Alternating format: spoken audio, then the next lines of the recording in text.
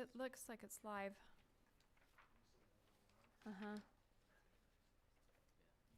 Let me wave my hand and see if it responds. Okay. Yep, you're live. Okay. All right, welcome to our Board of Education meeting. Today is Tuesday, October 26th. We are at the JAT South Building, and we have board members George, Atwood, Richards, Miller, Dunford, and Young here in person. We have board member Robinson joining us electronically today.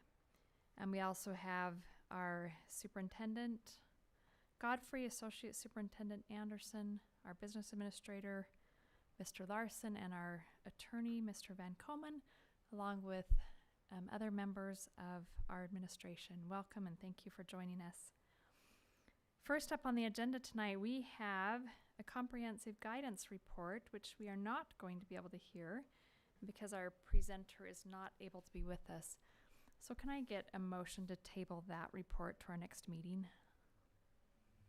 I'll make a motion to table the comprehensive guidance report until our next meeting. Would that be the study session, first one in November? Yeah. Okay, we have a motion and a second to table the comprehensive guidance report. All in favor, please say aye. Aye. Aye. Anyone opposed? Hey, we will have that at our next meeting and I look forward to that report. So our next item of discussion is a board discussion on the potential bond election for 2022.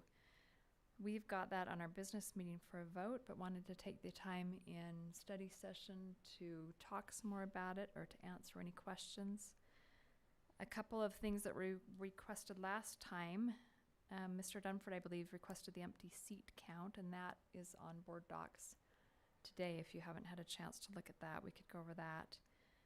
Also, Lighthouse did focus groups recently, and we don't have the report from those focus groups yet, so that is not available to share with you at this time.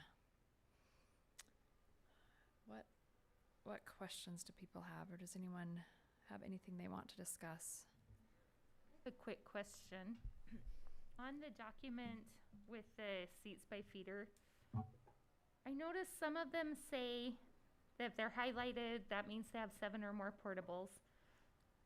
Did we agree that 6 was as many as we were comfortable with? We did not. I'm seeing nods and shakes. 6 is defined as the ideal capacity, but we never set that there are only going to be 6. So 6 is our ideal capacity, understanding that there will be many schools that have far more than that. Okay. So I thought when we discussed this, we talked about having that broken out by what they currently have and also by the ideal capacity, if that's the right term. Is that right? Did I understand that wrong? I don't know. That was correct. Daryl and I disagreed on what we were asking for, so I'm not exactly sure what capacity here is, Mike, which is, This is the capacity, their current use capacity Okay. with their total number of ports. this is what I asked for. Okay. Current use capacity. And I thought, And Daryl was asking for non-portable capacity. and I don't even know that I'm asking for non-portable capacity, but I am concerned that if we were to make the decision to pocket bus a group of kids to a school that had more than 6 portables, that wouldn't go down well with me as a parent, and I don't know how it would go down in our communities. Yeah, and I mean, yes, I think that definitely needs to be factored in. And the schools are highlighted that have more than 7 portables. So when I was playing around with numbers with this a little bit, I did that same thing. I didn't count the schools with more than 7 portables because I thought, no, they may have seats available, but we wouldn't want to move students there because that is not at the ideal capacity. I feel like there are other factors happening at some of these schools that are already highlighted. Like, I wish I had better, more general examples, but I only have a few. Like, I know that Sunset Ridge has teachers that don't have their own classroom. So on top of the portables, they have roaming teachers, which is, it's just hard for me to feel like I'm getting a true possibility of sending kids to a school like that when that isn't factored in. Does that So make what sense? what this report doesn't do for me is it doesn't give me clarity to how full the school is. Let me give you an example. Ridgeview is 45 people over capacity, but its capacity is that 6 portables. How many portables does that school have? And so I wish we had listed the number of portables or something, because I think they only have 3 or 4, and they're probably over capacity of what's there on site, not 6, or maybe give me some clarity on that. Daryl, Ridgeview currently has 2 portables. So where it says they're over 45, are they over 45 with 6 portables, or are they over 45 with 2 portables? Their current capacity is capacity. 925, and their current enrollment is 970.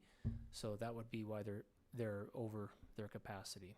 But they're not over, The capacity, sorry, go but ahead. they're not over the 6 building, the 6 capacity, right? That's correct. They're not highlighted. That's the information I think I was asking from school capacity versus ideal capacity. That's why I wanted to see that number, or have an identification of how many portables are at each school, if we could add that to the list.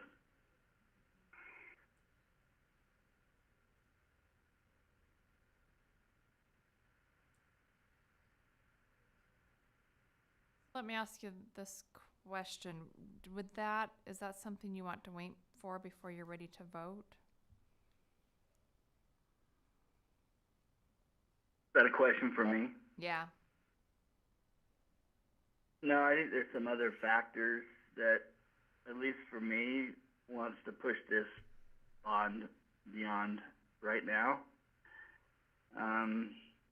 Ridgeview is kind of interesting. We did pocket bus that school before Ridgeview was built.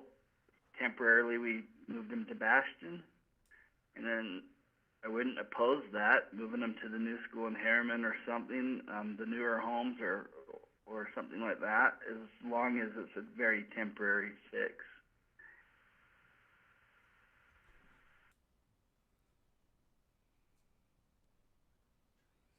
And Ridgeview is going to be an issue if we decide not to move forward with the bond. We would need to address what we're doing with Ridgeview. Especially when you consider that we've already been told that the new elementary in West Harriman is over capacity in 5 years. It's not a great site for pocket busing. And I say one more thing about Ridgeview. Matt Young was brilliant during Moab, because he took all that unbuilt land in Harriman over to Mountain Point. So really, as I look at the boundaries, anything that goes beyond in the Juniper development will be going to Mountain Point.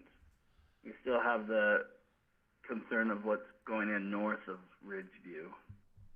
But anything built more south will be going to Mountain Point.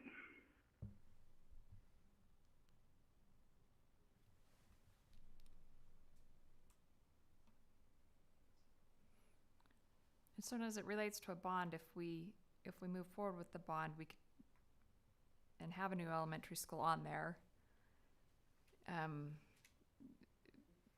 that could meet the needs of Ridgeview. If we decide not to move forward, again, we would need to address what we're going to do there.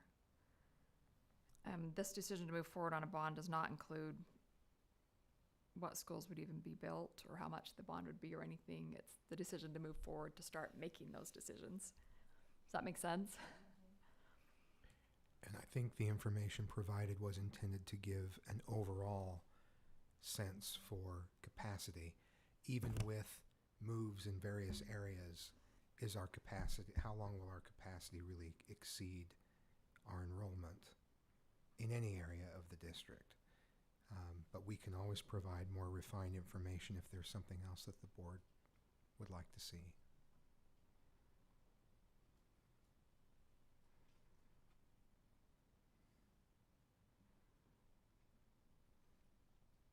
Any other thoughts or questions or information that you need? I have a question of Mr. Hamblin.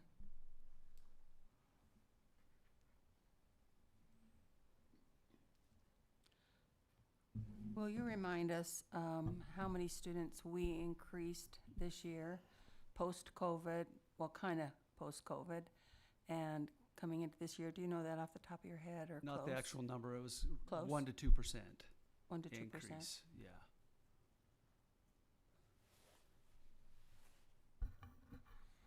On that note, on this document, you'll notice at the bottom we have the totals by feeder. The grand total is 56,738. That does not include our specialty schools or our virtual schools. This is only looking at capacity, and so we didn't. That's why the enrollment seems maybe lower than other numbers you've heard. Yeah.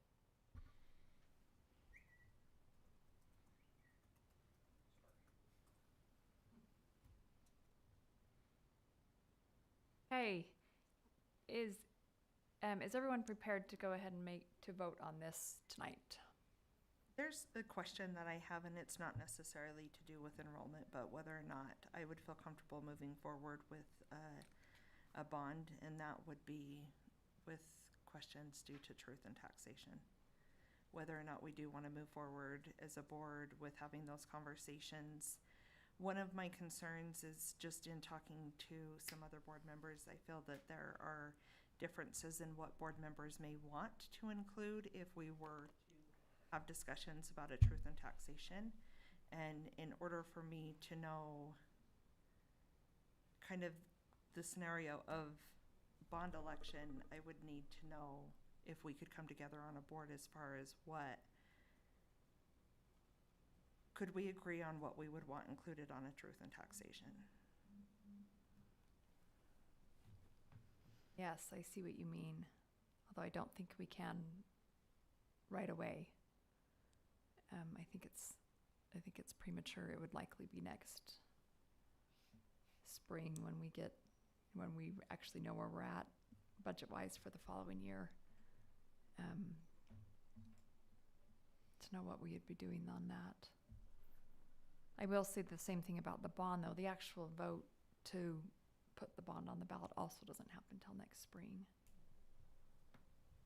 Tonight's vote is the one to proceed forward, that's our intent, but when it comes right down to it, that actual vote isn't until the spring. And I understand that. I just wanted to put that in our minds as a board to kind of just be thinking about that and do what we need to do to have those conversations. I mean, that is the issue, I think, weighing on everybody's mind. Is everybody ready to make a vote tonight? Is there anyone not ready to vote tonight?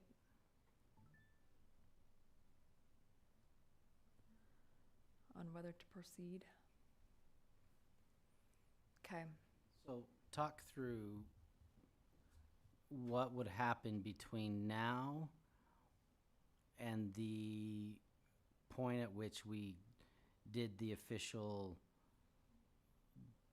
vote to place this on the November 2022 ballot. Yeah, good. What That's a good question. what implications would there be? What kind of commitments, what kind of dollars would we be incurring between now and, I think, isn't that basically April that we have to do that official one? What happens between now and then? Mr. Larson, is it April? Is that when the official vote is? I don't recall an exact month, but to that point, one of the things that could be happening is consulting with bond counsel about those exact things. The timing of when, because they outline those things, they know what needs to take place when, in addition to the financial advisors.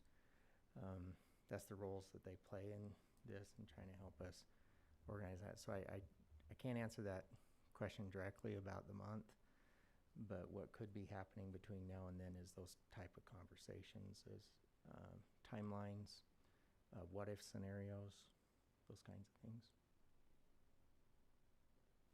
So on the timeline that the bond committee put together, we listed that there would be school meetings and tours and work done to determine what would be on the bond.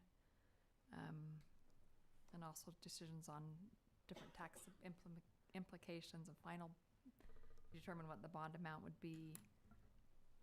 Setting up Friends of Jordan School District who could work on a campaign, starting to go out and meet with stakeholders to have discussions. So it's as far as it's just, I guess it's just work of people is the financial. So They have more experience than anyone with this, so. So we're at the phase at which we're going to start asking other people to start committing some time and effort to this. We're going to be having some rather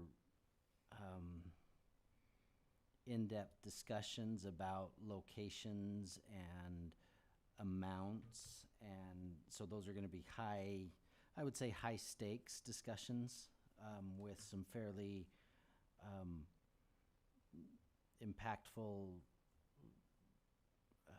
decisions that need to be made, that are going to some degree set expectations out there.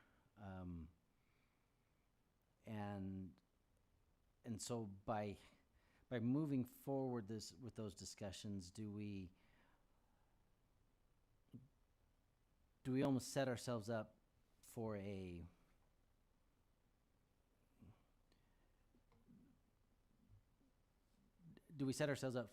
we really need to continue to move forward with this process? Does that make sense? Or do we feel like even though we're asking that of a lot of people and we're investing a lot of that time and energy, are we comfortable with pulling the ripcord as our financial picture becomes more clear? I guess that's the question I'm asking. So let me see because I think I'm following you. If we invest that much time and effort into it, will we feel obligated to move forward? Right. That look, we've had these battles over what to do in this area, what to do in this area. We've set expectations out in communities. We've started to do that. And so do we lose credibility by pulling back the further we go into this process? Yeah. That's a good question. Any thoughts? I think what we don't have is, we used to have a 5-year building plan, and I think we could move forward on that. The timing might not be able to be answered, or we could answer part of that, but I think we move forward in that kind of capacity of where would the next schools go, how much money would we be committing, whether or not we do it this year, we know we have to do it in the future.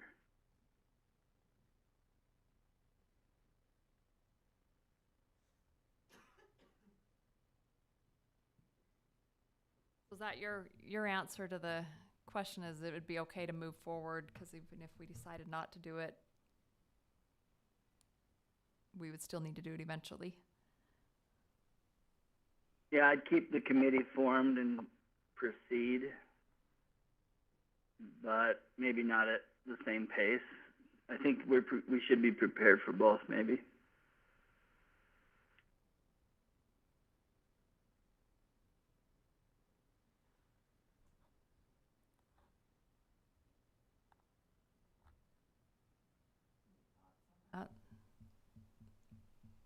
Mr. Young, with your experience, were you on the board last time we did this? Yeah, and it was around this time that we did decide if we were gonna start moving forward, and I feel a hesitancy because I understand what Mr. Young is saying, but then I also want to be respectful of the time. I don't want people to feel like we're condensing the time on them if we wait just a few months. I don't know.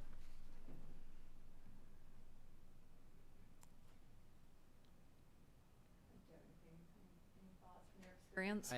Not from my experience, just from my,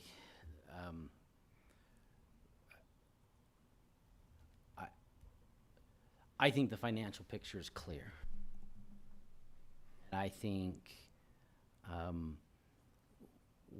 we are going to be asking a lot of our taxpayers, next year.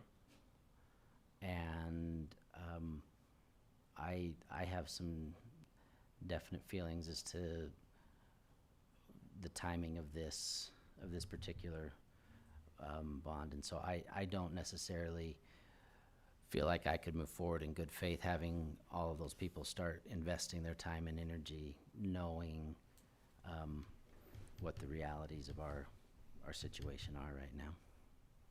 And so I think we'd lose face if we kept going down this road. And I'm all for planning and discussing, but I don't want to move down the road with anybody thinking that's leading us to the possible bond campaign. And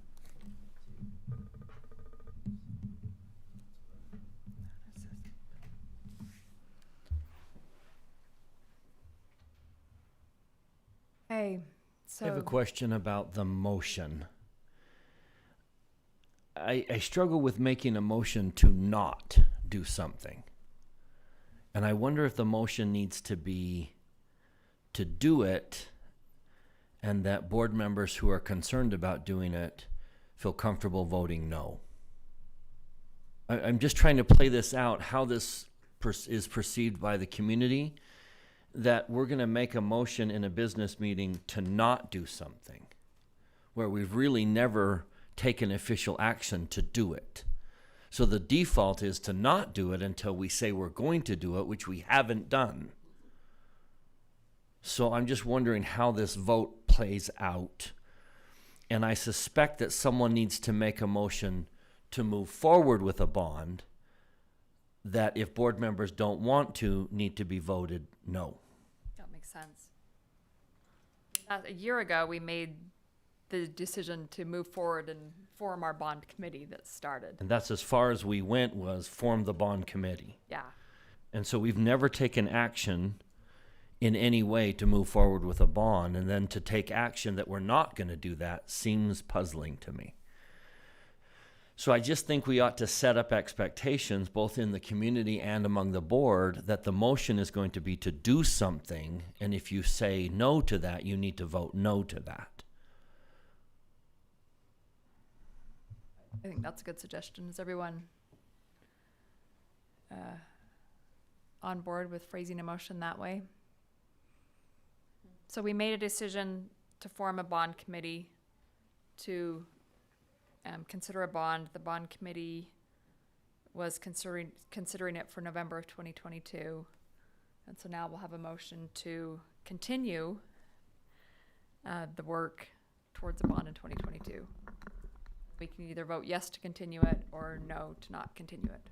Or I suppose the motion could be to disband the bond committee. But I'm just trying to play this out in my head and in terms of what position we're sending to the community, and it just doesn't make sense to me that we vote to not do something that we've never voted to do. I like the proposal that the motion be in the affirmative, and then depending on how the vote of that motion, somebody could do a follow-up to, Keep or disband the committee. right. Right. So I think, President Miller, that would require a little bit of explanation on your part, rather than panicking the community, that we're actually making a motion to go forward with something and then we vote it down, if it's voted down.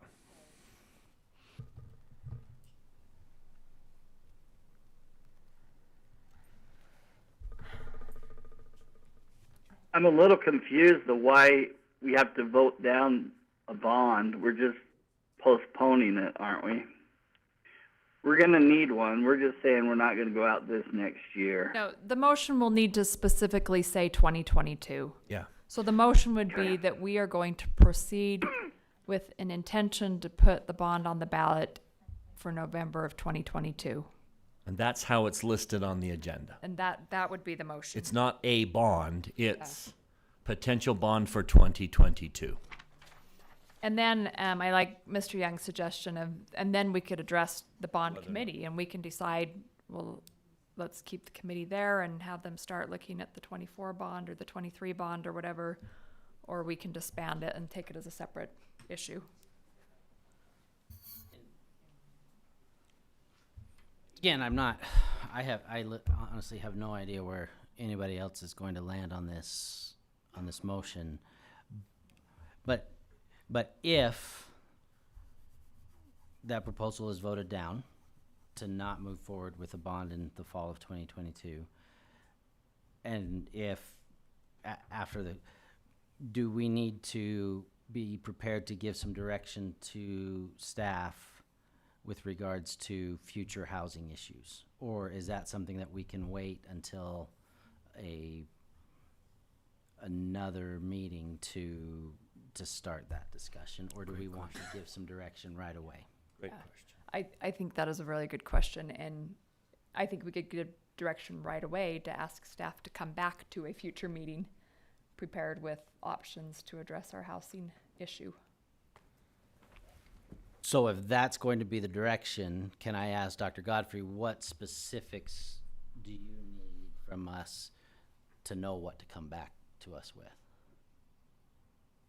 Or would that general of a direction be sufficient for you? I think that would be sufficient. What I'm thinking about is the timeline for having buildings in place if a bond were on the ballot for 2023, and that we would look for any solutions for problem areas in the meantime. We don't even know what schools could possibly be built. So even as I say that, I think what we'd have to do is just provide a housing plan indefinitely at all three levels, because we don't know when the next bond would come and we don't know which schools would be included. If That's you our wanted- default. I would assume that's our default. Then if a school is planned, we adjust the default to match. Our default is we don't anticipate new schools. If the board wanted to say, give us the housing options, but with this school started as soon as it could start if a bond were in place in 2023, you could build from that baseline and give us more specifics. But otherwise, we're just going to say, in the absence of a bond or any future building, this is what we would have to do year by year to accommodate growth in these various areas of the district. So we don't need more details, I don't think, to bring a plan forward, but that's what the plan would look like. It would assume no future building. I would want to see both plans, that if there's no future buildings, here's what we need to do to address it. But also there could be an option along the way of could there be a future building? And that would have to come, more from, what are the options of getting a future building if there isn't a bond? At what point do we have enough capital for one? Or is there an option to lease revenue bond a building? So there are really three questions there that I hear. One is, what is our housing plan in the absence of new buildings? Two is, what would our financial plan be for building a building without a bond? And number three, where would those buildings be? You didn't ask the third question, but that's the next question. And I'm not sure that the board wants us to bring that. And that is the work of the bond committee, isn't it? So you're asking them to do the work of the bond committee. Because in order to look at how we would finance a school, we have to know whether it's an elementary, middle, or high school. I just take a moment I will claim ignorance here. I'm hearing a lot of, if we were to ask for a bond that failed, we would lose face. And that's the concern with the. That's not what I'm saying. So can you, sorry, I am so behind on this, but can you help me understand? We know there's a need. We wouldn't ask, I mean, I feel like I would have to go back to my community and say, we're sorry that you're having to travel past 4 elementary schools to get to school, but remember that time when you voted against the bond. But if we don't even ask, how do we justify that?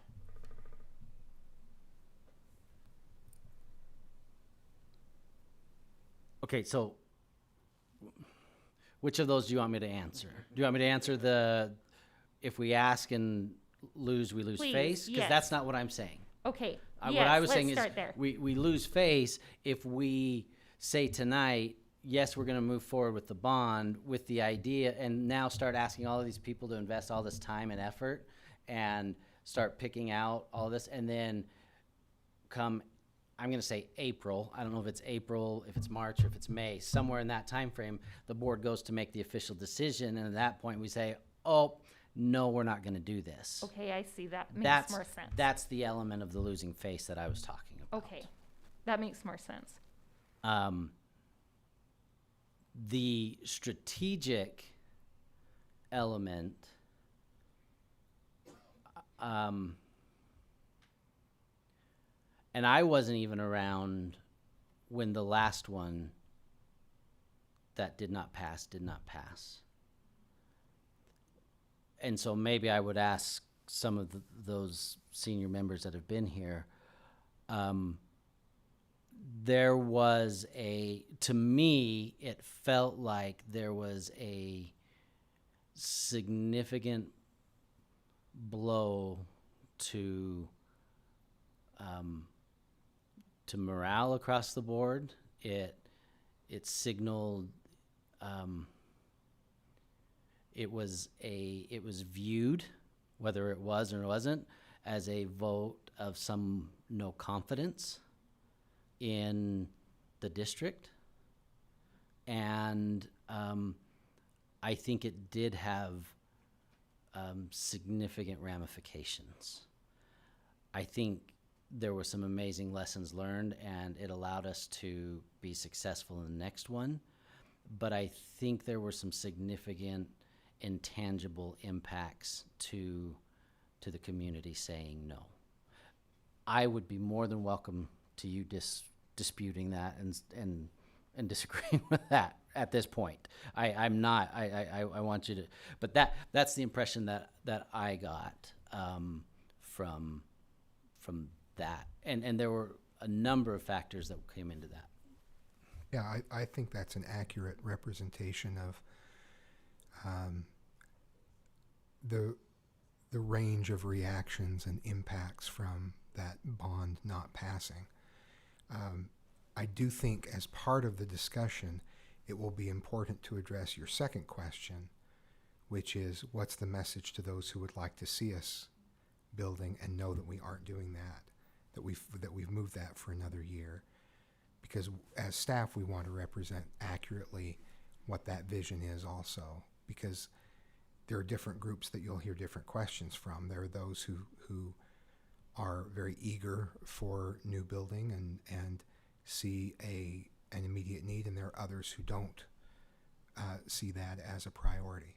And I'm talking out in the community. So we just want to be clear about our message in response to that. But your characterization of the aftermath of that bond not passing is very accurate. And to your question, then what happened because of that was that we had to do some out of the ordinary things, or some more extreme boundary changes and some domino effect boundary changes that would not have been necessary had we been building new buildings at that time. And so there were some things that we had to do as a result of not having funding for new buildings, that may be similar to some of the things that we would bring back as a part of a plan for managing enrollment.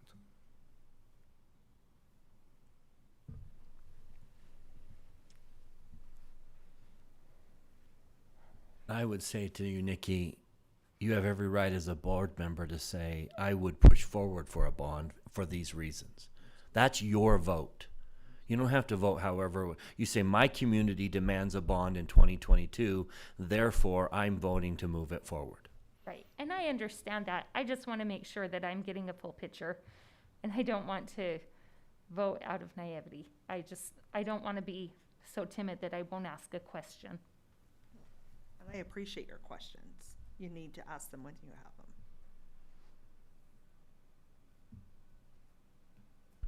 have them. I think one thing right now that's kind of in my mind is the fact that we have apparently quite a few available seats.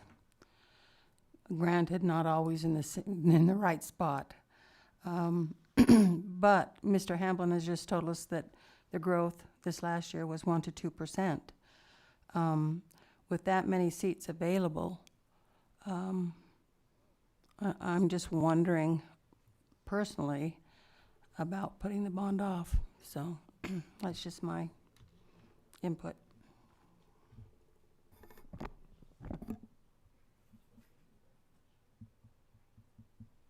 Well, and my concern, and I don't know if I did a good enough job of expressing it, is I don't know that that number really represents available seats in my mind.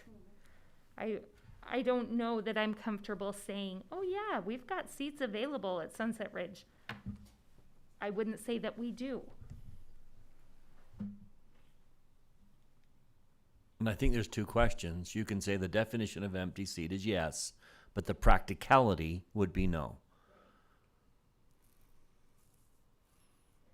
And that's why it's a shame that we didn't get quite what I thought we had asked for last week, or last meeting. Sorry, that's rude.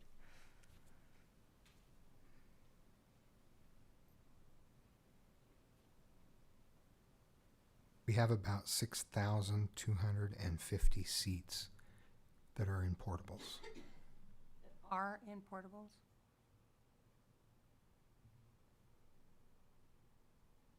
I'm not saying there should be no portables, but more than 7 feels like a lot to me.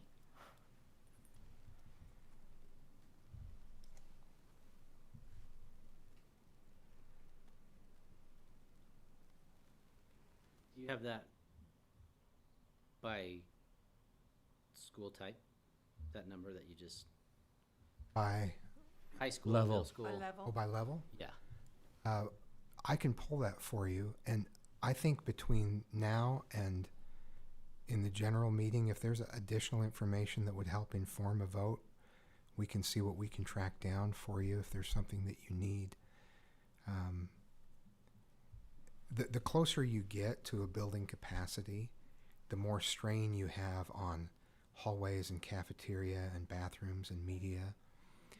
But the question occurred to me through this discussion, so is optimal enrollment, and this is still flashes that I have from Moab, from all of the conversations we had about what capacity actually means and how big does a room have to be before it counts as a classroom. Travis Hamblin, pre-COVID, touched every doorknob in this district, opening doors and looking in every building to get a physical view of whether that could count as a classroom, because we really wanted to know where we had that space. So the question came to my mind, is optimal capacity 6 portables at every school? Because that maximizes the capacity at every school. 6 portables and no more, or current portables and any school without portables comes up to 6, so that we can increase our ability to, so the question about capacity is a complex one sometimes. And that's why we just went with current capacity. This is where we are right now. And we can shift it any number of ways. And I throw out the portable amount just to give an idea of just how much of that can be moved around, how much of that capacity can be shifted to a different area of the district depending on what we have to do. But we saw through Moab, through that process of the district-wide boundary change, for those who are listening and may not recall the term, how difficult that can be to have, particularly those domino boundary changes, where you go from this school to that school and from that school to this school, at any rate. I appreciate that clarification, because the way I interpreted that information when you initially gave it was we've got 6,200 seats in portables, which means we're essentially housing 3 high schools worth of students in portables, or we're essentially housing 7 or 8 elementary schools in portables. And that's kind of where we're quote unquote getting away with not having a certain amount of schools by having that much. But I think what I'm hearing from you is that's our ability to shuffle. Right. And thank you for that, because I have never viewed portables as a negative. I know that I understand why they are viewed as a negative sometimes in a community, especially we have a new school and now we have portables there, and why are there portables here? Why didn't we think ahead? I completely understand that. But from a practical standpoint, what that means is that we can now shift that capacity, and I don't think we've built a portable since the split, because we've moved those effectively to where we needed them at the time, and it allows us to make the most of that capacity where it's needed as that enrollment shifts. So thank you, that was the point I was trying to make. So that's why capacity is complex for us to answer. If there's something else that we can answer that's helpful, we'll jump on it and get an answer for you as quickly as we can. If there's something we're missing that would be helpful in that vote.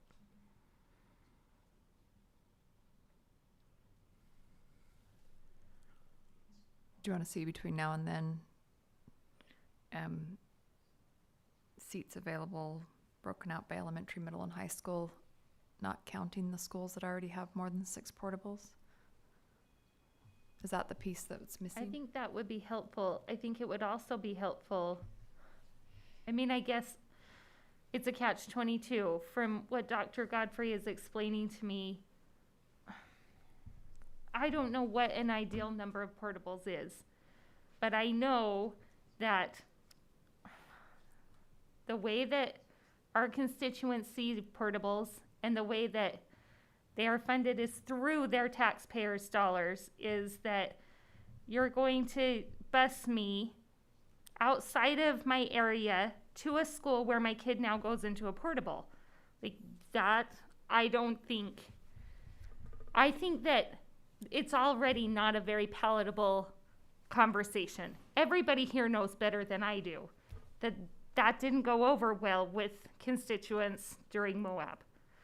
And then for us to pile on top of that, we're not sending you to a school that necessarily has space for you, because now you're going to go to a portable in the backyard. And I think that that's a real consideration. When we're talking about this as a viable option, I'm just not sure that these numbers are showing me what's actually viable. And my statement about viewing portables positively, I want to say again, is from a practical standpoint. I understand all of the other concerns, but it's flexible housing that, with shifting enrollment, has proven to be very helpful. But what you described is exactly the way many parents feel, and I think that's very valid. Is there a form of enrollment and capacity that we can put this into that would help address your concern? I think, And my question is that the problem in the numbers or in your understanding of what the numbers represent? Because we can change the numbers to represent your understanding, or we can change your understanding to know, I don't need to see a 0 at a school to know that that's not an option to bus to. You can show me 300 seats available to school, but I know that school's not an option. So your concern is, I need to see a report that shows me the numbers that match my concern, or match your concern to understand the numbers that are there. I don't think anyone is looking at this map and seeing a school that has over 0 and assuming we could bus kids there. None of us understand it that way. I'm not so much worried about the ones that are showing negative numbers as the ones that are showing like 170 seats And I, for one, would as being say, available. if a school shows 100 seats available, I would never consider busing students there, because I know the reality of what that number represents. So can we make the number match your concern, or can you just understand that none of us look at those numbers and say, oh, a school that shows 100 seats is available? But I think the people that are sitting at home hearing, you have 13,000 seats available and you're talking about building, need to understand that as well. Yeah, but their elected representatives do.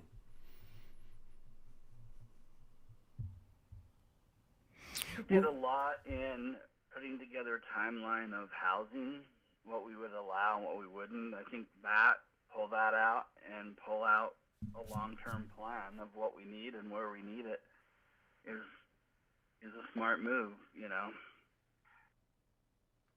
When was the last time that we had that?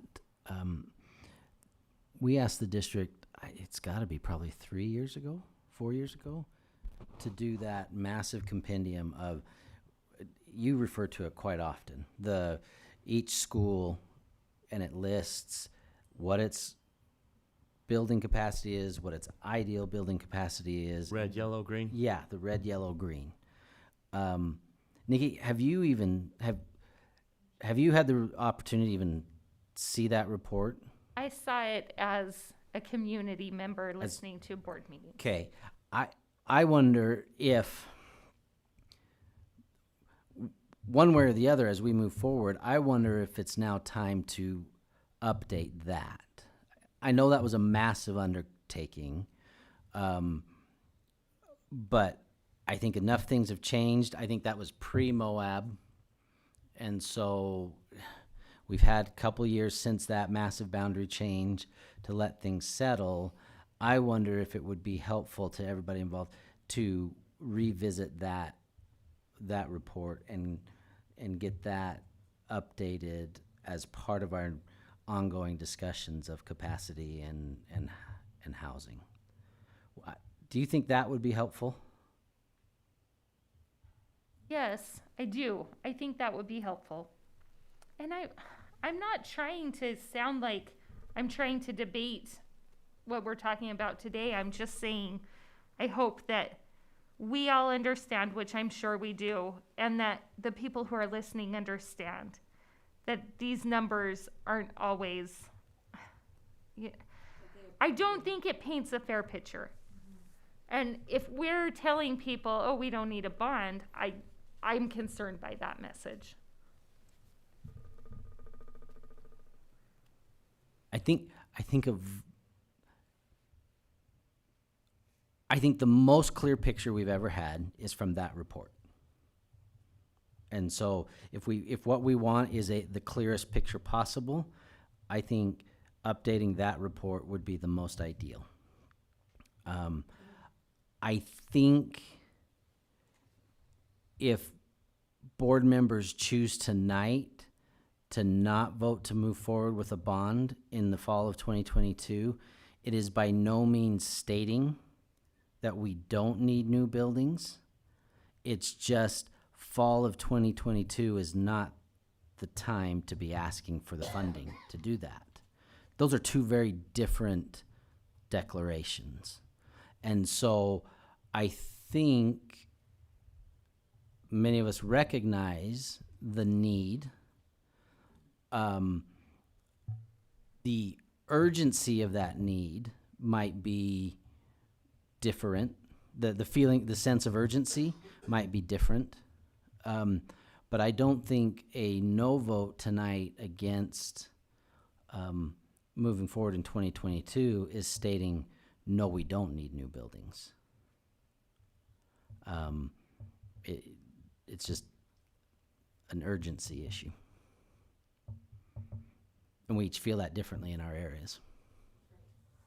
That's a big piece of this. Yeah.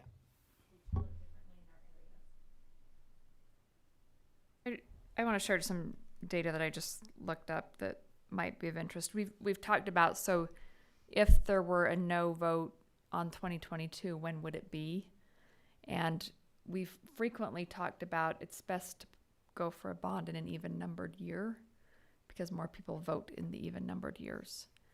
And so I just looked up some past bonds just in case you want to know. In 2019, which was our last odd numbered year, there were 4 school bonds on the ballot, all 4 failed.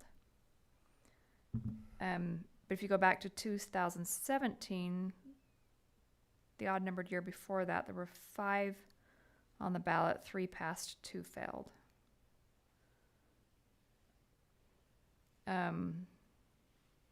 So 2018, which was an even number year, there was 4 on the ballot, 3 passed, 1 failed. And I can share this page if you want to see it. And then this year is an odd numbered year. I think one school district has a bond on the ballot. We'll see what happens to it. I don't even remember who's got one on. So I don't know if that helps or not.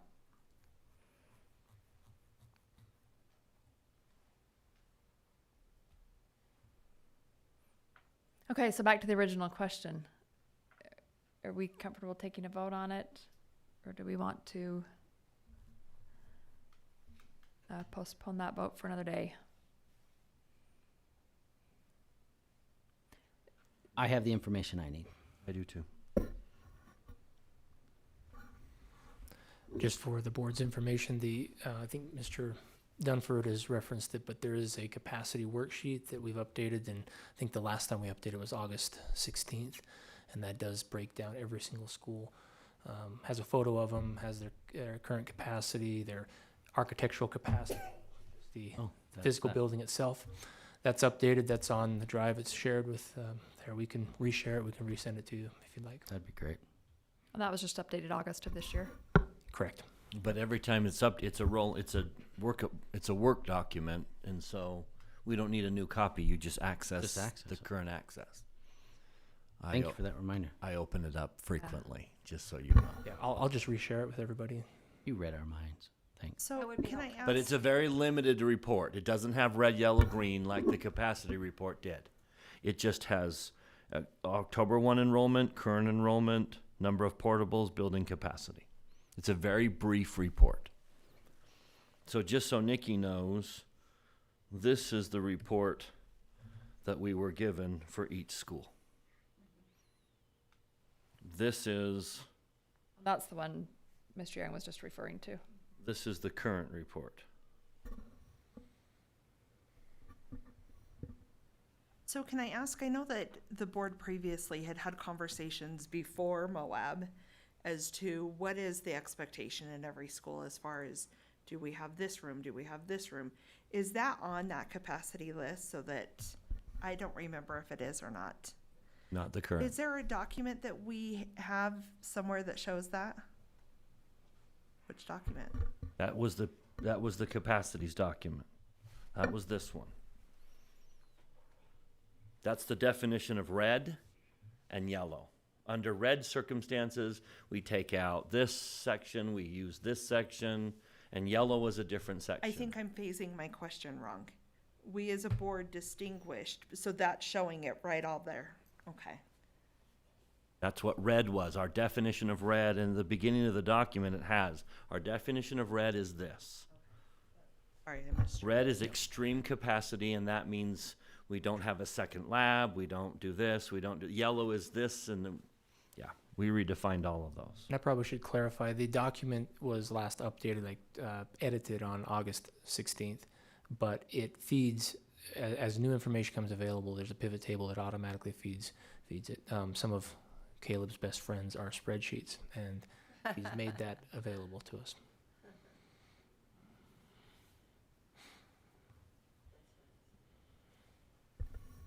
So here's the definition. That's what I was looking for, thank you. Classroom, extended, and extreme. So regardless of how, I think, it sounds like enough people are ready to go ahead and vote tonight that we'll go ahead and move forward with that vote in business meeting. Regardless of that, how that turns out, would you like an update of the red, green, yellow report and further discussion on that issue?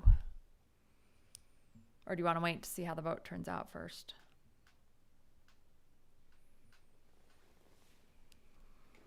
I do not need an update.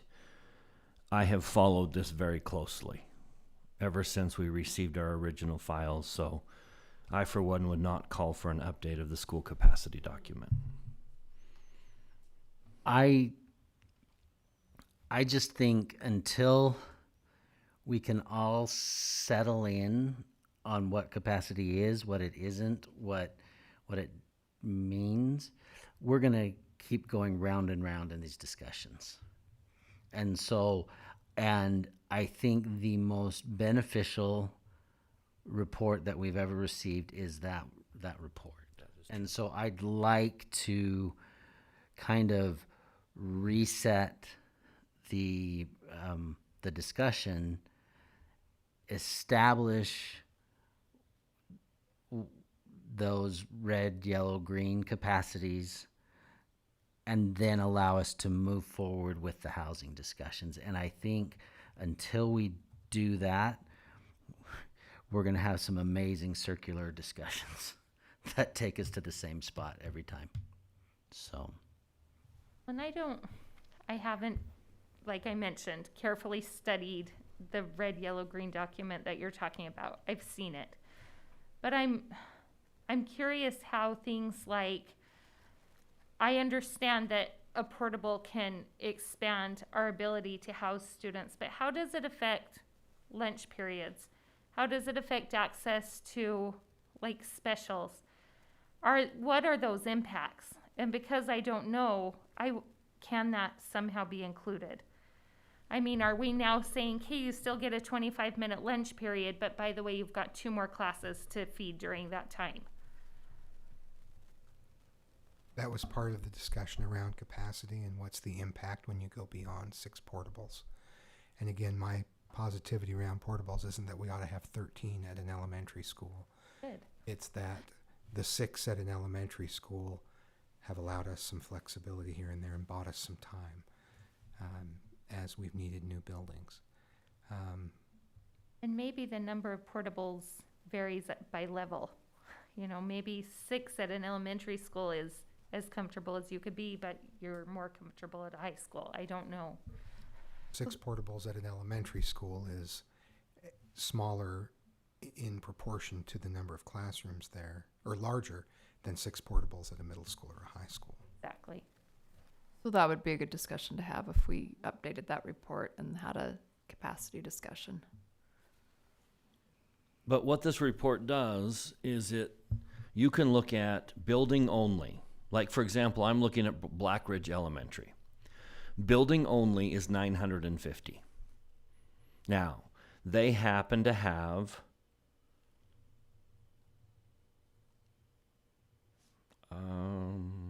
where's their portables? 0. They have 0 portables. If they had 6 portables and we were at the classroom green, not yellow or red, if they were at green with 6 portables, they'd have 1,100 students. So the cafeteria and the gym would have to make room for 150 extra students. So you can get a lot of information by saying, okay, with no portables, they would be there. With 6 portables, they would be there.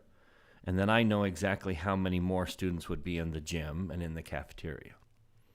Now, if we push to red, that all of a sudden becomes 1,275. So 1,275 versus 950. Now I'm 325 students, more than the building was designed to hold. So I've got 325 students filling that cafeteria and that gym. So simply by knowing that Black Ridge is red 6+, I know exactly what that school would look like.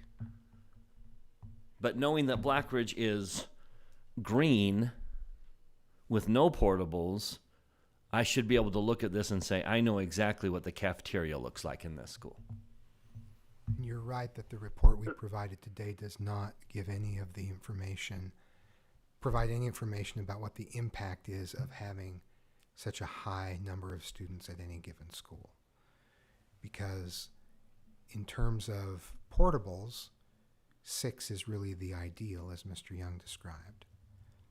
But in terms of lunches and all of the common areas within the building, if you don't need portables, that's even better in terms of building use. But if you are going to have portables, having more than 6 is when you start to feel a real impact from having such a high number. And I would imagine that something like an elementary school, when we're trying to get the kids into library hour or whatever example you want to use of a special, looks different than a high school where they're housed in their classes. And really the big concern is there space at lunch, or can we get them through the lunch line in time?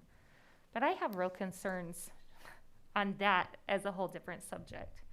Just by the time a kid gets through the lunch line, how much time do they get to eat?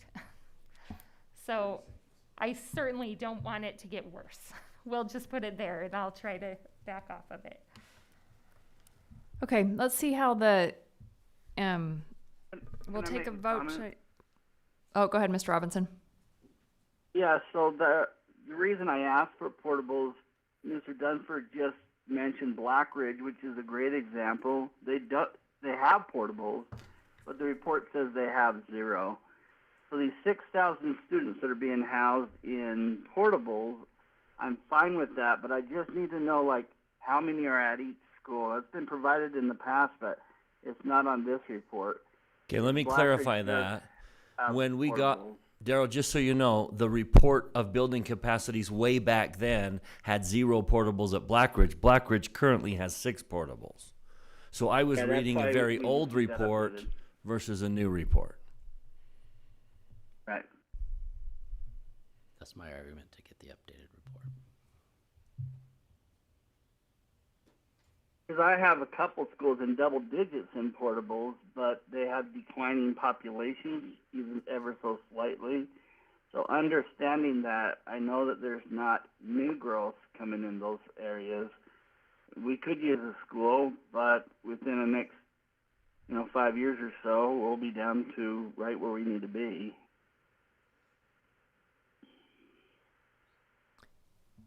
Okay, so here's my proposal going forward. We'll take a vote in our business meeting on a motion to go forward with a bond for 2022. And then depending on the outcome of that vote, we can take a motion on what happens with the bond committee. And we could also take a motion on if we want the red, green, yellow capacity document updated with a future discussion on capacity. Is everyone okay with that? And is that with direction for us to bring back as a staff plans for housing enrollment growth in the absence of a bond? Yes, thank you. So that would be another follow-up motion, depending on the vote. Yeah, but again, I think that discussion will quickly fall back into the exact discussion that we've had right now about capacities, unless we settle that item first. I think every discussion around this is going to get back to that if we don't have, if we as a board haven't come to a piece that we feel comfortable with what those reported capacities are. And so if we're going to succeed in direction needs to be given that report get updated first prior to that.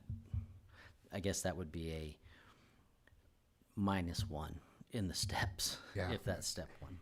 And I agree with that, because I want to do a good job of answering the questions that Ms. George has posed. And we can't do that unless we know what the standard is. So, for example, to your point, if we say at the middle level, you are in the red extreme capacity if you have to have 3 lunches to serve students. Now, a number of our schools are doing that. But I'm just throwing that out as an example. Any school that has to have more than 2 lunches so that a student goes to class, to lunch, and then back to the same class, that's not acceptable. We won't consider that except in the red extreme zone. Now we know how to go back and create a plan around those parameters and provide the context that I think you're looking for in giving the numbers some meaning, as opposed to just saying, yeah, we could fit students, but at what cost and what does education look like if we do add that many students in any given school? That is exactly articulating what I'm feeling. Okay, good. Okay, so we'll have our vote in business meeting with, I have 3 potential follow-up motions to that. And one on the committee, one on a capacity update and discussion, and one on a future housing needs discussion. Okay, anything else? Can we move on this item? Good discussion. Thank you all. Okay, next we have proposed update to administrative policy DP 380 maternity parent leave. Dr. Godfrey. Yes, I've posted today, and I apologize for the delay in posting that, but I posted today an update to that policy that would add 1 sentence that human resources would have the flexibility based on medical circumstances to allow for flexibility in whether leave is taken consecutively for a parent, so that parent leave could be broken up for a medical circumstance. And I can bring that forward at the end of November for a vote in that meeting, but I just wanted to put that forward. It's the 1 sentence added that gives the flexibility the board talked about in our last meeting. Any comments on that? I think that meets what I expected. I think that's great. Okay, thank you.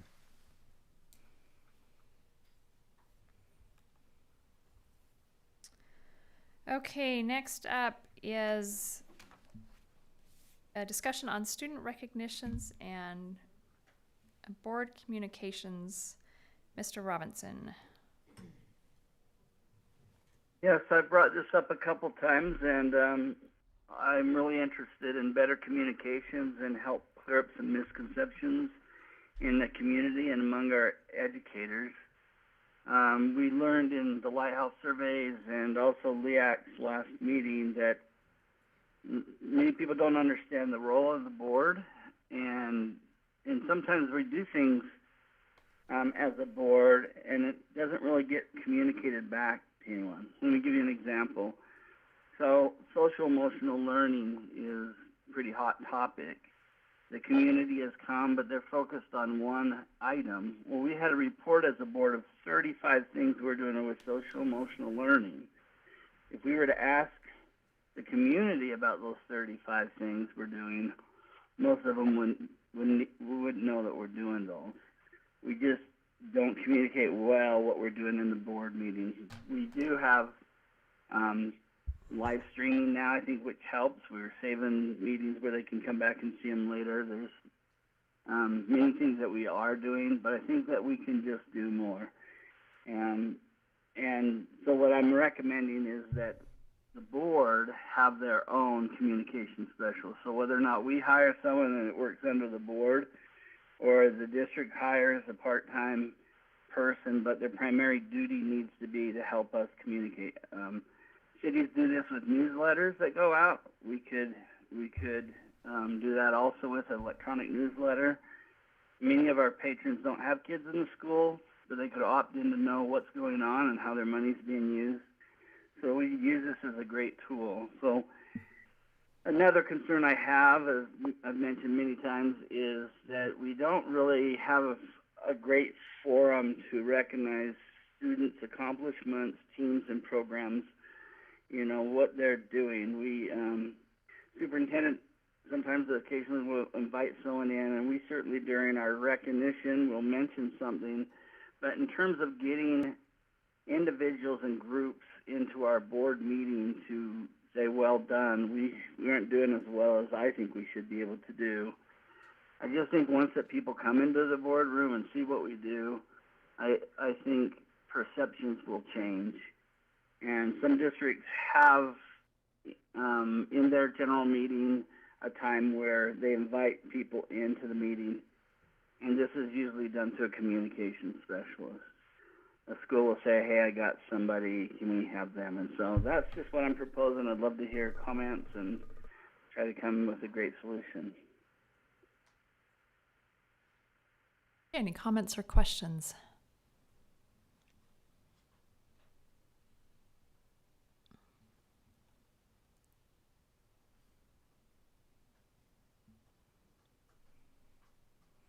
And there is a document on board docs outlining what Mr. Robinson just said.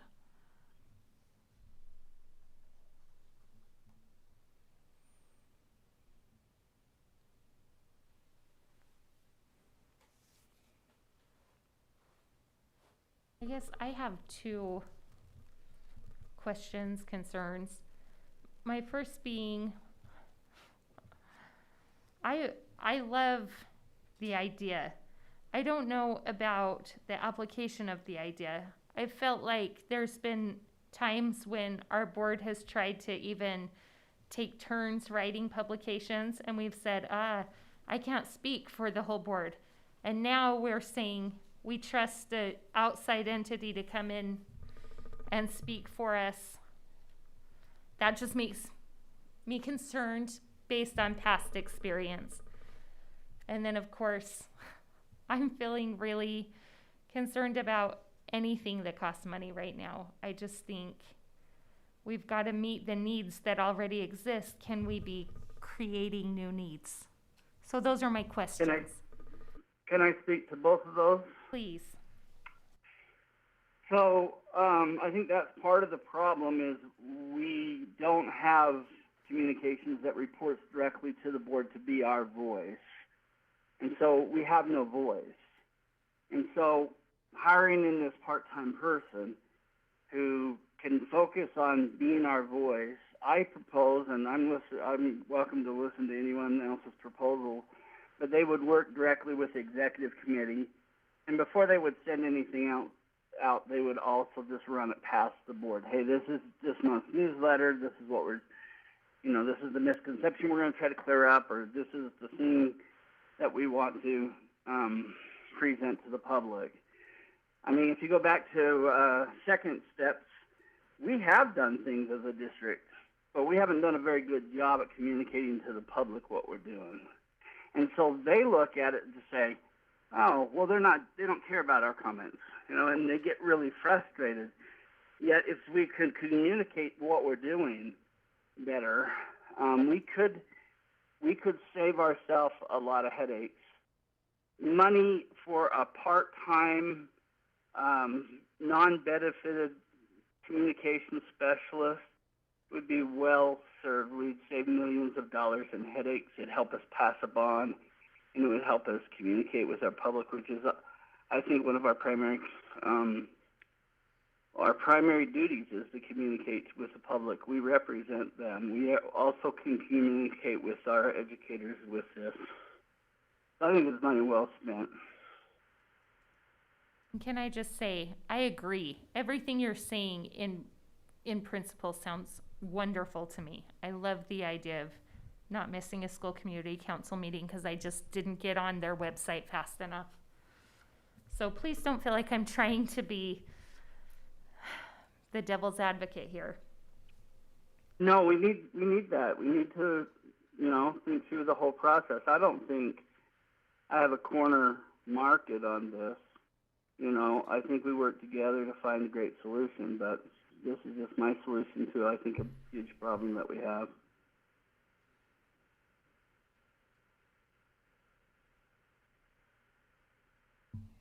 So let me ask a clarifying question. There's 3 basic duties that you've had outlined that you're looking for. One is a newsletter that could go out. One is keeping board members informed of meetings and events in schools. And then the other is to recognize students in our board meeting. Are those the 3? Yeah, I'm sure there could be other things to do, but those are the three that I came up with. Those are the primary concerns that I have.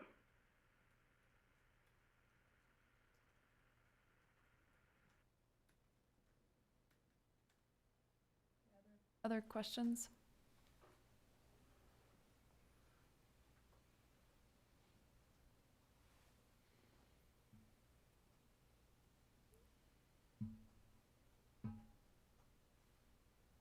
I like the idea and concept. I'm having a really hard time wrapping my mind around it because, just like Miss George had mentioned, that when we did try to do the board email, even as one of us were speaking, it took us at least a few days to come to a consensus as a board as to what information needed to be sent.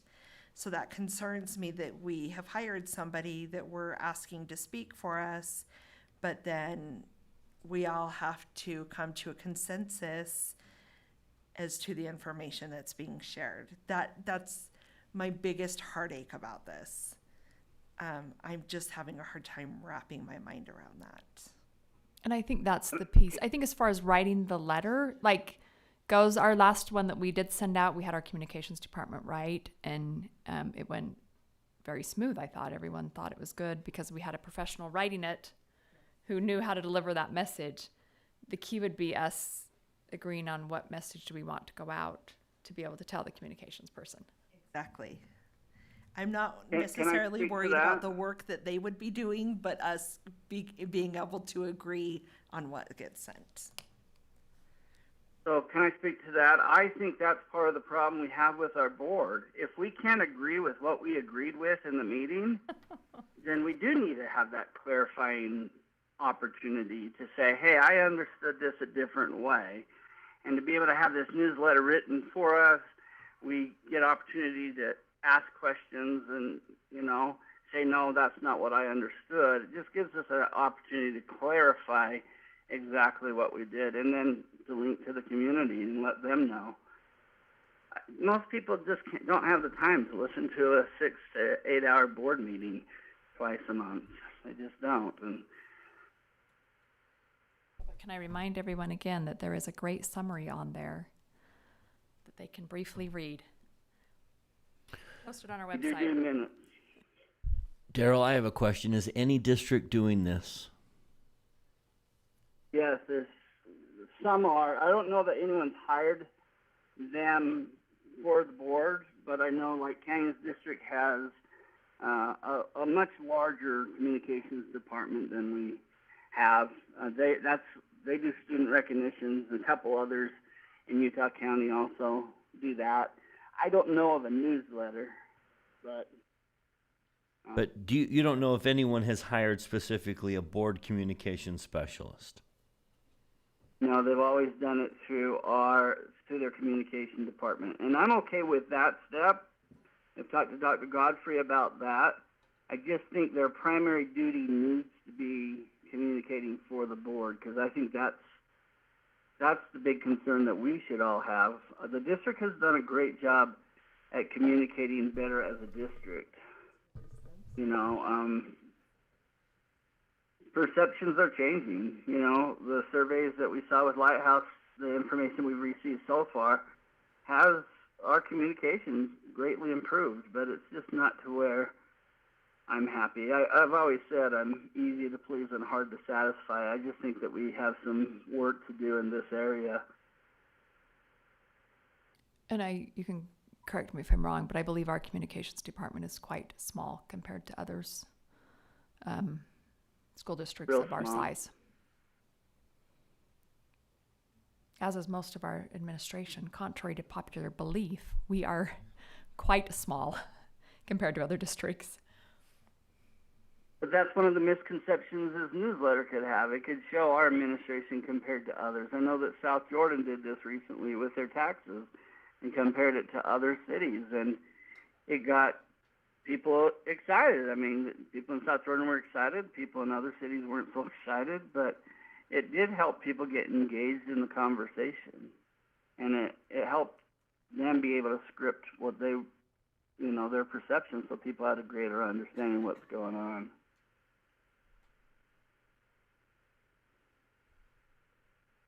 Any other questions? I have one. I mean, so the proposal that Mr. Robinson's put forward is that we have a part-time board communication specialist. Another idea that I would have, if as a board we agree that we want a monthly newsletter to start going out, if we want to do student recognitions, if there's a couple things we agreed we wanted to do, we asked Dr. Godfrey to, meet with his staff, his communications department, determine if that's something they can do or if he needs additional resources to do it, and let us know what additional resources would be needed. Any And I'm okay with that sending approach? Dr. Godfrey. I just want to make sure that the primary duty of this person, whether or not it's a full-time duty given part-time to the board, but this message comes from the board and their attention is clearing up board matters. I'm afraid to put them just under communications because I think it will be sucked into the duties of the district because we're already short-staffed there. I'm not sure being short-staffed in a communication department is the best place to be short-staffed.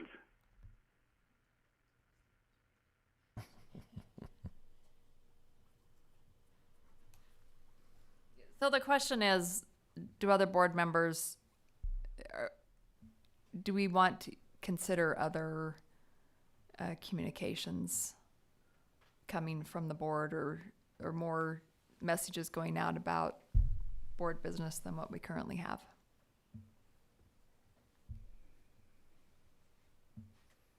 Pondering.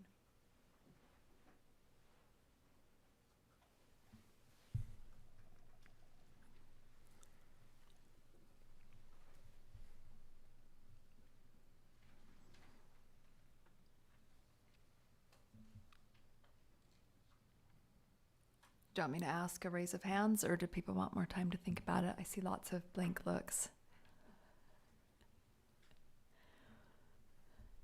I would be interested in Dr. Godfrey coming back to us with information on our communications department's capacity, and are they short-staffed, and are they feeling that they are short-staffed, and do they have any more capacity? So that's just kind of both ends of the same question. I'm also interested in talking about other possibilities besides hiring someone. Like, this is such a off-the-cuff spitballed idea, but like, what if that was kind of like an executive committee position? I'm not suggesting executive committee doesn't have enough already, but a voted position where somebody on our board writes up our own newsletter or whatever, and that's their responsibility. Are there other options out there? Because I think we have amazing people who are part-time and not benefited. But I don't know if I want to take them from where they're working to come and do this. And maybe there's someone out there that just loves this and has a fire. I don't know, but I think it would be an important issue for me to find that golden person before I would be comfortable saying, sure, you can speak for us.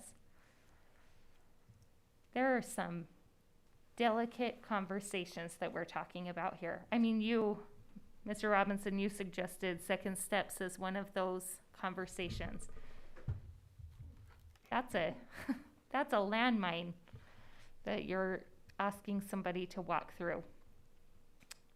It's a landmine, but it's a landmine we navigated through as a board in a study session, and people don't understand what we are doing in that area.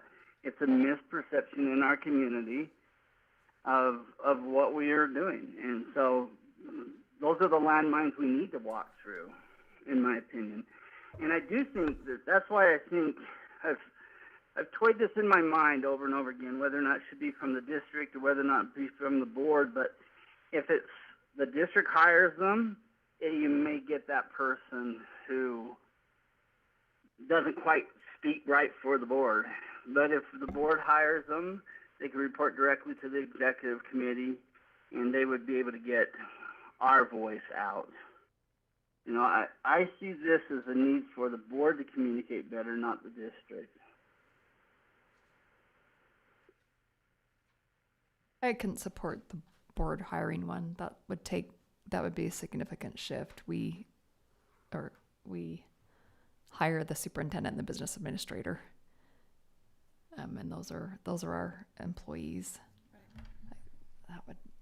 I think I would struggle with. So I think where I would feel comfortable is for Dr. Godfrey to have conversations with the communication department to see what they would need from the board in order to accommodate a newsletter and additional information being sent by the board. And whether that means that you need to come back with us with a direction that we need to hire somebody else. I'm not comfortable saying we are hiring somebody as a board. I'm not comfortable with that.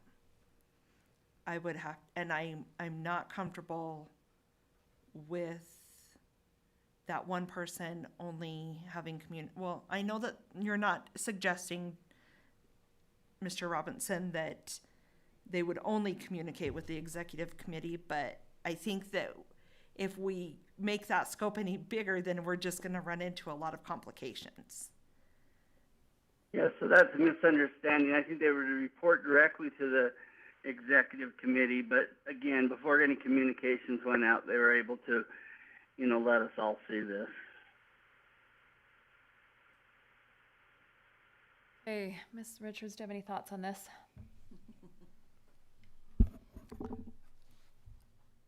I concur with a lot that's been said. I would perhaps like Dr. Godfrey to kind of explore with the communications department what maybe is possible along these lines. I am not interested in the board actually hiring someone to do this. I think a lot of positive could come from this if it's done in the right way. But I'd like to hear from Dr. Godfrey on it. Mr. Dunford? I'd like to see it work before we made any changes to our district. Show me an example that's working. That is working. We should do that. We tried a newsletter written by board members and it didn't work. And I'd like to see it work before I would be comfortable proposing major changes. I'm all for increased communication. But the breakdown is who writes it. Because we tried having a board member write it, and there were very strong feelings amongst us about what was written. And so I'd like to see it work. You show me a working example, I would be happy to adopt it. But I have not in 5 years seen a working example that I can point to and say, that's exactly what I want to do. I'm at a loss for what to do. I would like to increase communication from the board to the community. But there are just a lot of obstacles that make that happen. And I don't know how to remove those obstacles. So for me to approve anything, I'd need to see, yes, that works here. Show me any elected body, a county, a city, a state, another board, who's doing this and has figured this challenge out, how to improve communication from the elected body to the constituents, and then I'd love to see a working example. The fact that I can't find a working example suggests to me that the obstacles might be too great to overcome. I hope that's not the case. Can I speak to that? Yeah. So I did give you working examples. The cities are all doing this. They do a great job with their newsletters. They have effective communications that are telling the public what their councils are doing, number one. Number two is leaders don't wait for other people to have an example. That's not this board's style. We've always let out on things. You know, this is not a high risk, proposition. It's not it's not going to cost us millions of dollars. This is a part-time employee that we hire part-time employees all the time. But And I would argue it, we may go down that road and find out it didn't work, but it's not going to cost us a lot to try. and I would argue it is high risk because we have tried it and it caused a lot of hard feelings among board members. Speaking as But the that's the misconceptions that we have then, though, because if we're not agreeing with how a letter is written, we're not agreeing with what's being said in our meetings. And I remind you, Daryl, I ended every meeting that I conducted by what was said. What do we agree on? We tried to end every single meeting with, do we agree on what action was taken? And yet we couldn't then turn around and send a letter out that we all agreed on. I tried very hard to end every meeting by saying, let's go back over the agenda. What action was taken? Do we all agree that that's the action that was taken? And then we asked someone to write a letter summarizing that. And it was so extremely difficult for board members who were there present and actually participating in the action to represent the board. I can't imagine asking someone else to represent the board and say, here's what was taken. Now, we can just simply say, here is the motion and here was the vote.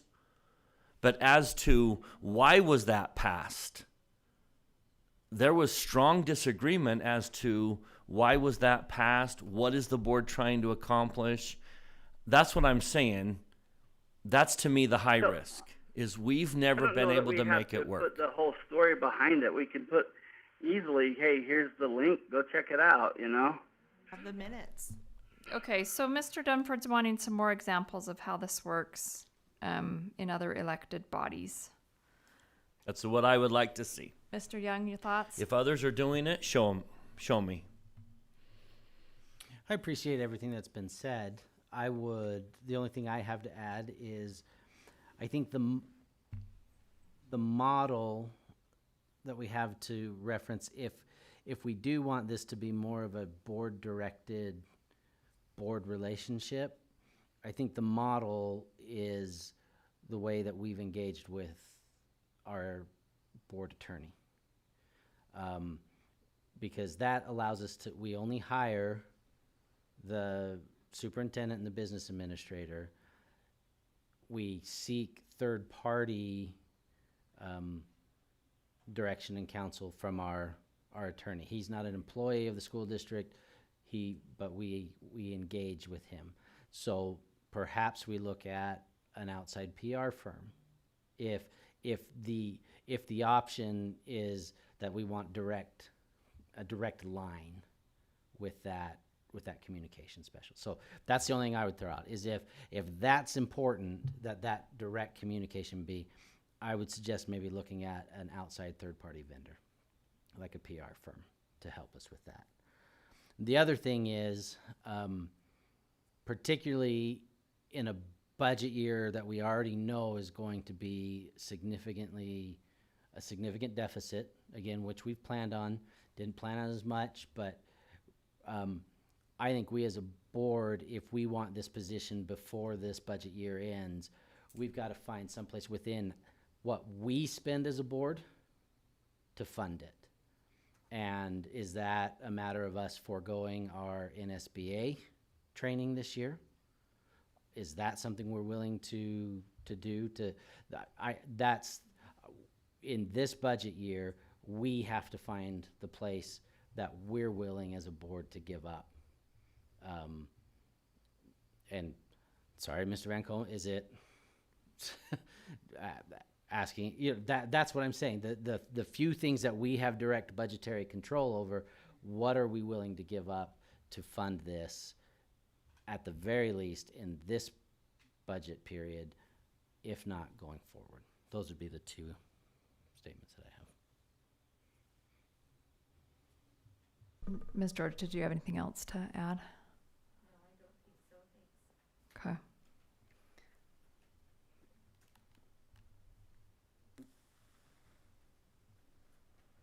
So let me ask a clarifying question. Do you think we should be exploring an option to improve communications with the public and from the board to the public? I think we can always be improving on communications. I think the answer is going to be crystal clear from the communications department that their bandwidth is full. They are doing tremendous work. But would, yeah, love to hear that. But yeah, I think the answer's clear. But I do think there's definitely room for improvement. Okay, so we have one option of the board considering contracting with an outside PR firm and finding the money to pay for it.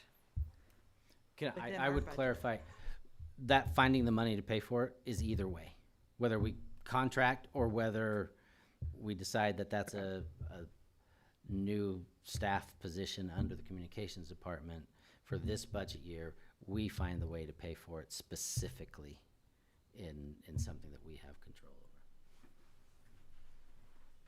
Okay, so the options are consider a contract with an outside PR firm. Consider having Dr. Godfrey explore options and bring back what would be needed in order to increase board communications to the public through the communications department. And then, did you catch it? I've been watching it fly all over the place. No. And then the Chopsticks. yeah. And then the third option is to have a board directly hire someone. Under all three options, we would need to have a discussion on where the budget for that's going to come from. Okay, so we've got outside PR firm, Dr. Godfrey exploring what resources would be needed to increase communications within the communications department, and hiring someone directly. So I need to find out if there's interest in any of those three. Could another option be that we do a better job using what's already being done? I mean, I understand that summaries are being written and posted on our website. Could we make those summaries more accessible? Would that help solve the problem? Here's the problem with our system. Those summaries are not official until a month later. No, they are on the website within 1 or 2 days. Now, But the minutes, no, but we have summaries. This board directed summaries to be written. but the official minutes, that's the challenge with That- minutes. That is true. But you can find, anyone can go on our website within a day or two and find out what was decided at board meeting. It's out there. So I you're was just looking saying, for should it. we be pushing it out? Yeah, maybe. I mean, I was looking for it. I don't know that it's easy to find. And I'm on the board. Yeah, you'd have to know where to I look. spent a good 20 minutes kind of poking around the website and finally defaulted to scrolling through YouTube, trying to figure out what part of the meeting I wanted to listen to. I just think then you need to be highly invested in our schools to search for that. Right. There is a larger and larger number of people that are moving into our area, especially through high density housing, that don't have kids in our school system. They're our patrons. They're our voters. They deserve a right to know what's going on, and they shouldn't have to search all over to find it. And they shouldn't just wait until some kind of an election time, a bond or something, to all of a sudden receive better communication of what we're doing. They're entitled to an accounting from us of how we're representing them, and that's why I'm so passionate about this. It's not too much longer, and I won't have kids in school, and I won't be on the board, but I still want to know what the district's doing. But I won't have the time to spend like I do now, and probably the passion to search through all of our stuff just to see what's going on. I would much rather have it easy where I can opt into it and I can find out, what's going on. Okay, so back to our three choices, and then a fourth choice would be to do nothing. And does everyone want to give direction on this, or is this something that you want to think about? So is that not a viable option then? I actually, sorry, I'll go back to that. I think that that would be a viable option under any one of these. So if we had someone we hired, or if it's someone in the communications department, or if we have a PR firm, any one of those could look at how do we make those summaries more accessible? How do we push them out to people? And then just in case anybody is wondering, on the Jordan District website, if you click on the board Meetings board summary. and then board meetings, and it lists all the agendas and all the minutes and all the summaries. I found it in 5 seconds. But what I'm telling you is that people aren't finding it because they have these misconceptions of what we're doing. And that's why I think we need someone to help steer and guide the conversation. Yeah, and I hear what you're saying. People don't take the time to go on and find. They want stuff pushed out to them. If they're going to see it, it has to be pushed to them. I get that. But then at the same time, when we push to them, not everybody wants the information. So I mean, it's difficult. It's tricky. It's And we give too much information. yes, and we then give don't too give much enough information. They're getting Right. Exactly. But they opt into it. So we're not pushing it to anyone who doesn't want to know. We'll send a postcard maybe to everyone. Hey, if you're interested in receiving our newsletter, you know, sign up and put a QR code. And then, you know, and then we can even if we just did that and send out the summaries, it's better than what we're doing. I'm just looking for great ways to clear up the misconceptions that are in our community. Okay, so I'm going to ask everybody if you want to go ahead and explore the option of hiring someone to work directly for the board, if you want to have Dr. Godfrey explore the option of increasing communication between the board and the public through the communications department and figuring out what resources would be needed there. If you want to explore the option of looking into hiring a PR firm, if you want to do nothing, or if you want more time to think about it, those are your choices. Can I It's ready to go. throw something out Yes. there? Just in that mix, the option of having me look at options and how we could solve that issue. I'd love to have a list from the board of things that you'd like to see happening, that you wish were happening, and then come back to you and say, this is how we could accomplish it with our current resources, or these are the additional resources we think we would need to accomplish that. Because as you indicated, when we asked communications to put together a letter on behalf of the board, I think that went really smoothly. And I think there is just, you know, we have those summaries put together. If the question is access, I like the idea of opting in. Send out one email that says, we will send you a summary of board information. Here's a sample. If you'd like to receive this after each board meeting, opt in here. If you'd like to receive a text, opt in here. I mean, I've heard a lot of ideas that I think we could jump on and move forward with. It's just having clarity from the board about the things you would like to see next, and then let me come back with a plan for meeting those needs. That's something I would be eager to do. And actually, Can I ask one more step from you, Dr. Godfrey? Could you just look also throughout your communication department and just see, like, what things should we be doing and we're not doing because we don't have the bandwidth? Because maybe this is a larger project than we realize. You know, maybe, you know, we're not able to communicate like other districts do because we haven't looked at the whole picture. You know, in my undergraduate work, I studied economics, and there's a law of diminishing returns, and you can only tighten the belt so tight, and then you start to lose efficiency.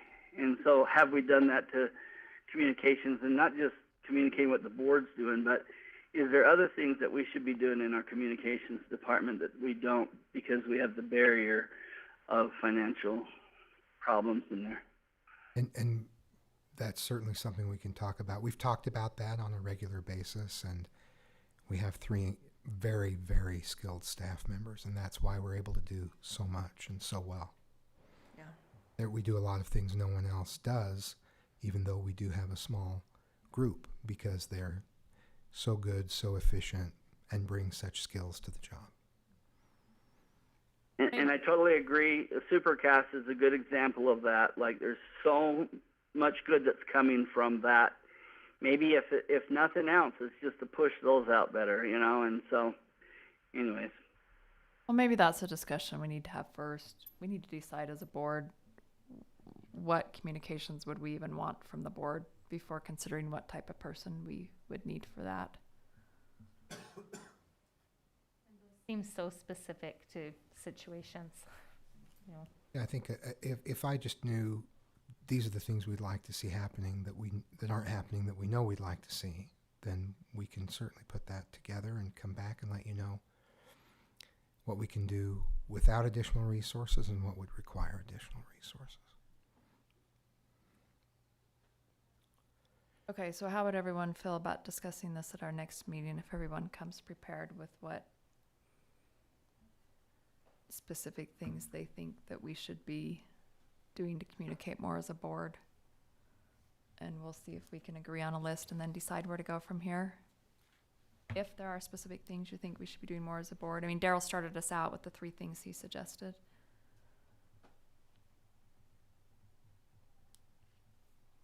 Does that sound okay with everybody? Yes. Has anyone got a better idea? I'm open.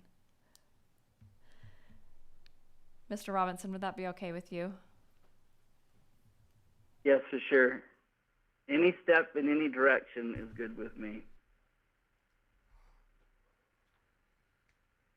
Okay, next meeting, come prepared with what specific things you would like to see to increase board communications with our public. And we will see if we can come to agreement, or that the majority, if there's a few things that everybody wants, then we'll decide how to proceed from there. Okay, we good? All right, let's move on to our next item. It is a discussion on potential revisions to Board Policy GP 110, public participation at board meetings. We updated this policy recently to add public participation through electronic means, but we now have a couple more potential changes for that. So, Mr. Dunford. I went back over the last 10 months of names of those who speak in public comment period, and I noticed quite a few names appear frequently, repeated. I then went back to Canyon's public time period and found a lot of the same names. I went to Granite's public time period and found a couple of the same names. There are people who are going from district to district and speaking at board meetings. I grant that right.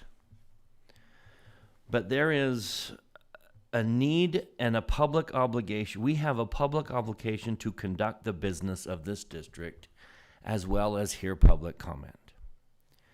I would like to propose that the board consider limiting public comment to residents and taxpayers of our district, students, parents or guardians of current students, and current employees. All others can speak to the board with prior approval of the board president, or the board if we want to change that. That is my proposal to the board, is there seems to be a speaking circuit. And you will find a few names on everyone's public comment list if you go back to the minutes. Give me that list one more time. Residents, employees. Residents and taxpayers. It is on It's on board board docs. There's a It's draft. redlined in board docs. So that would be my proposal. I put it out to the board for discussion and at some point if you want to take action. But I think we have a duty to listen to those who fund this district. And we don't necessarily need to spend a lot of time listening to those who are not necessarily they don't have skin in the game, our game. That's my proposal. So, I like the proposal. Here's a technicality that I would propose that we remove the word taxpayers. Because if you look at how the Jordan School District is funded, we are funded by Utah state income tax, which therefore expands the pool to all those who pay in Great clarification. the state of Utah's income tax pool. And so I think by including that phrase, I know what the intent there is, but I would suggest removing that because I think that net on a technicality is far wider than what we're looking for. Great suggestion. And how do we enforce this? We have them write their address when they sign up for public comment. And then we have them check which of these categories they fall under. Does someone check that? When you say check, do you mean someone actually go in Google and find out if that's really their address? Yeah, I'm just curious how much work is going into this. I think at some point there's an on your honor system. I think if perhaps other districts adopted a similar policy and all of a sudden somebody was showing up at both, that would be a bit of a trigger to say, that would cause us to look, but there is an element of, hey, we're just trying to be honorable here. And so I don't think it would be a matter of researching every one of them, but I think if we saw a pattern, that would be another way to kind of go about that. I am concerned that if people have to write their address on a piece of paper that's sitting out on the table for everyone to see, that will discourage some people from signing up. But I'm wondering if we could just have them write what city they're in. Well, I love the suggestion from the business administrator that we have an electronic sign up. That would be a great Have idea. a QR code out there. We have an electronic sign up where they privately sign up and type their address, so that the only people see it are internally. So let's say Tracy is reading from that electronic sign up and she notices a city that doesn't belong within our boundaries. During a meeting, she could say, we're going to skip over this one and move on to another. Or she can say, if you'd like to address this board, we'd welcome you, but prior approval needs to be given before the meeting starts. Just want to make sure I know what we're asking. I'm pleased with this. I can support this.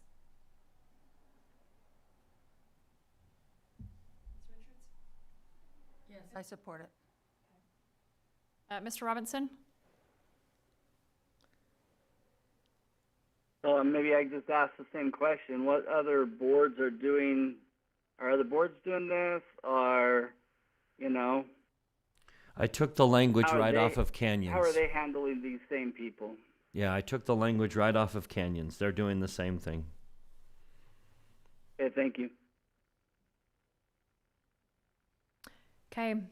Can I? So I would move, President, that we strike the word "and taxpayers,"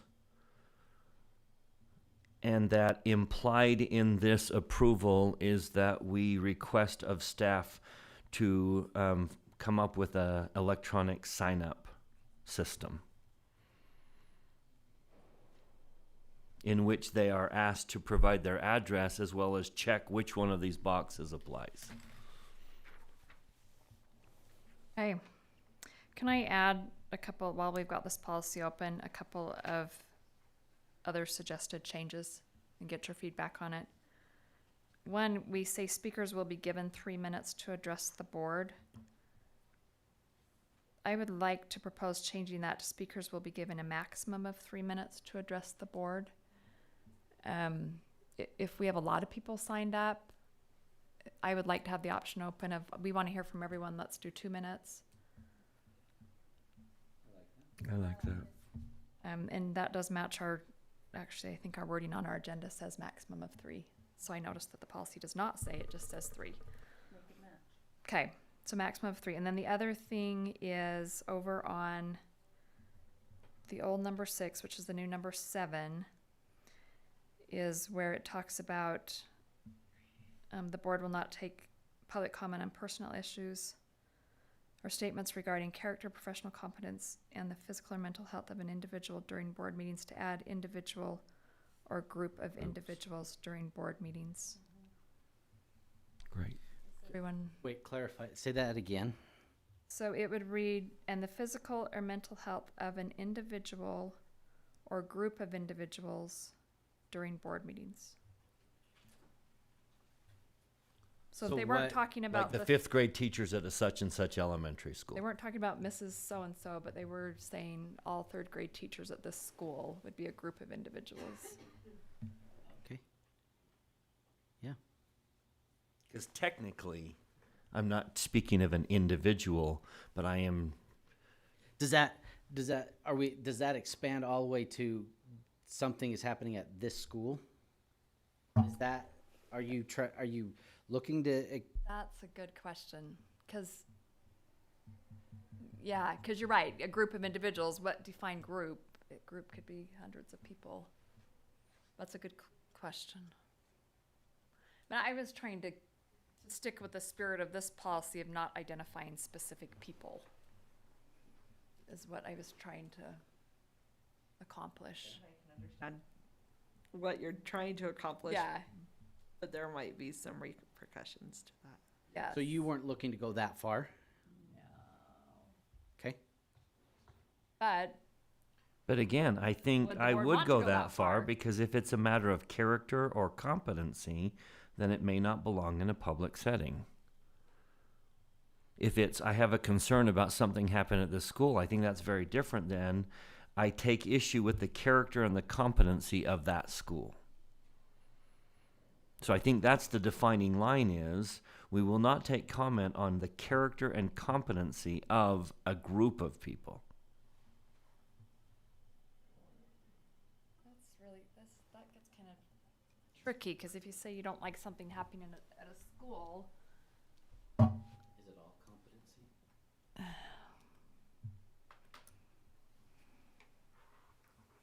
yeah.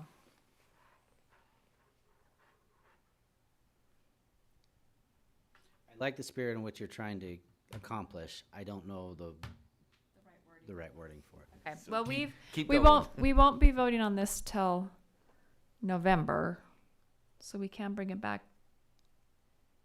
to the next study session before it goes to vote again. So maybe we can work on some wording for that. Unless anyone has some suggestions right now off the top of their head. So we're trying to make a policy because we haven't communicated very well with this group of people. We need to sit down with them. We need to let them voice their concerns, and we need to tell them what we're going to do about those concerns. And that's why they want change, because they're not hearing that we're changing things, even though we're changing things. Okay, So instead of creating a policy that limits their access to us, we need to take care of the real problem, I think. okay, we need to look at just this specific policy. Is there other wording you would want to add to this policy?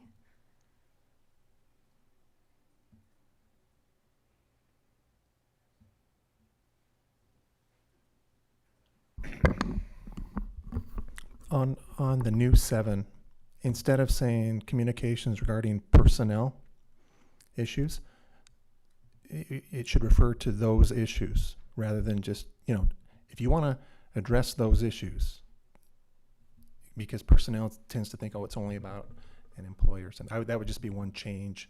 Are you talking about the last sentence? No, Oh, the the first right one. before the address. The- Communications regarding Personnel personnel issues. issues, not limit it to personnel issues. Yeah, okay. So it all should be Communications regarding Any of those these issues. in this paragraph. Okay. What isn't appropriate at a board meeting can be addressed this way.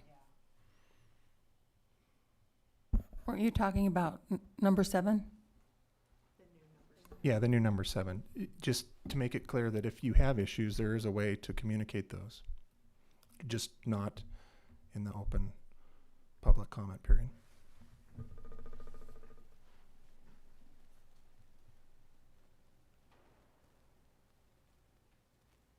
Okay, any other suggestions for this policy?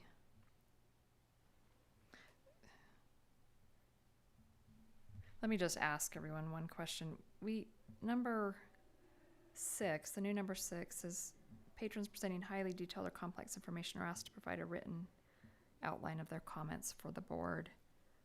And in days, it hasn't happened for a long time, but in days past, people have actually brought us stuff that we can look at. We've had patrons more recently want to just show us the stuff up on the screen. And I read this and interpreted that as no, they can give us written information. Is that how everyone else would How I've interpret read this too? Mhm. Risk letting somebody show something that is unpreviewed. I think the key word is written. Well, and I think they could email it to us, right? That would be Yeah. considered written. Yeah. Okay, so I think I'm comfortable just leaving 6 the way it's written, Yes. unless anyone thinks that needs to be changed. Okay, anything else for this policy? We'll bring it back to the next study session. Yeah, I really,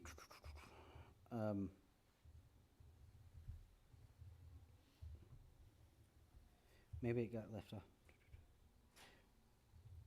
Did you change the patron comment section to what you had proposed to update it? On here, on the agenda? Like the statement that we talked about Yeah. reading, That's not this. that is not this. I really, I don't want to let the cat out of the bag. I'm not sure when you're going to. I like the declaration in there that our silence reflects neither agreement with or disagreement with. Do you think it would be helpful to codify that in policy? Or not necessarily? It may be. I think it would just be a standalone number and just that exact sentence, just inserted into the policy, I think might be helpful.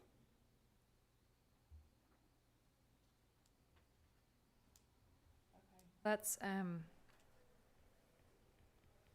that in our next draft that we look at, and we can see what that looks like and determine if we want to keep it. And then that's another thing we need to do with, we need to get our policy to match what's written on our agenda, to match what's on the poster out in the hallway. There's also a document on our website that is the process and procedure pamphlet. They all need to match each other. So that is something we definitely need to do. Starting at the right place. Yes, let's get the policy set and then we'll line everything else up too. Okay. Did you have something else on that? Good. Okay.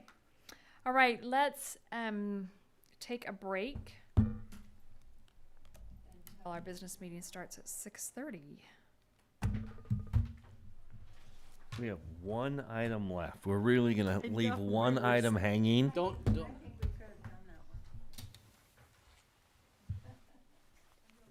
I wasn't confident we could do it in 5 minutes. I know.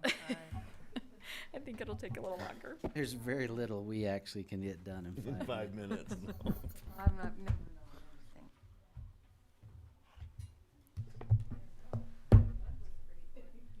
I don't know. Voted to table that instantly. We did accomplish A in The 5 record, minutes. it was great.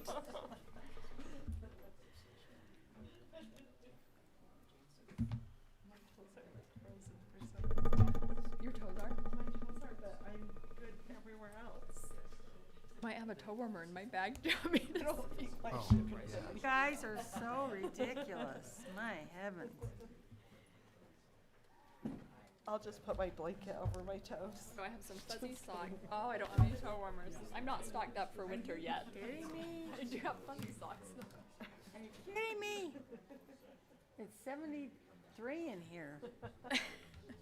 I actually took my jacket. The rest of my body is I took my jacket off because I was actually warm. Did you I see that? saw that and I went, You're like, turn it. whoa. What just happened here? Because if he shows up. It's either warm or